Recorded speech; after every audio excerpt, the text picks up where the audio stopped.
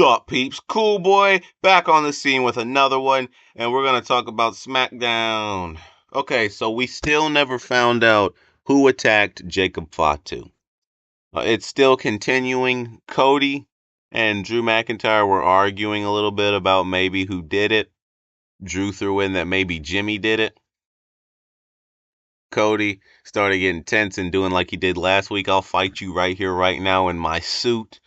And then Jimmy actually came and started bringing the fight to Drew McIntyre, but they were eventually both separated by security.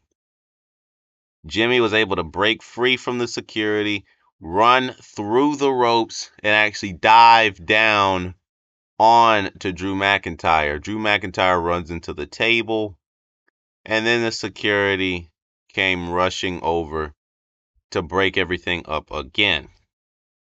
Also, I want to mention Solo actually came out there during this, like at the end, near the end of the brawl. Solo came walking out there because some of the MFTs had a tag team match going up against Ray Phoenix and Nakamura. But it's just interesting how he came out there at that moment. You know, it very well. Remember, I said last week it very well could be Solo. I don't know. Not gonna push on it too hard. Then a little while later, you see that Drew McIntyre and Nick Aldis are talking, but Jimmy Uso again attacks Drew McIntyre, bringing the fight, threw him into some boxes, and then they were again separated by security. This winds up turning into a no disqualification match for the main event of SmackDown. Drew was in control for most of the match, but near the end, when Drew set up Jimmy in the chair and was going to try to deliver like a claymore through the chair, that's when Jimmy woke up and actually tripped Drew McIntyre. Drew McIntyre hit his own head on his own setup and popped right off. And then seconds later, Jimmy actually hit a Samoan drop through a table onto Drew McIntyre. Was going to the top rope to deliver the frog splash, but Drew McIntyre was prepared. He had a chair in his hand. And even look at this image. Look at Jimmy Uso. Even this image looks like somebody that's getting ready to get squashed. I mean, come on. But yes, Drew threw the chair right at Jimmy's head.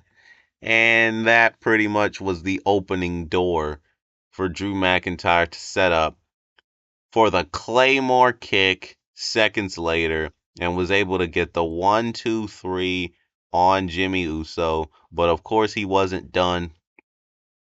He put the chair around Jimmy's head and started jamming it towards Jimmy's neck and face until Cody Rhodes came, started bringing the fight to Drew McIntyre. The brawl continued outside the ring, and Cody actually threw Drew McIntyre. He grabbed Drew McIntyre and actually threw him over the barricade like Drew did to Cody last week. And then he ran in there and tried to help up Jimmy Uso, but Cody turned around to a Claymore kick. And yes, Drew McIntyre stands tall this week.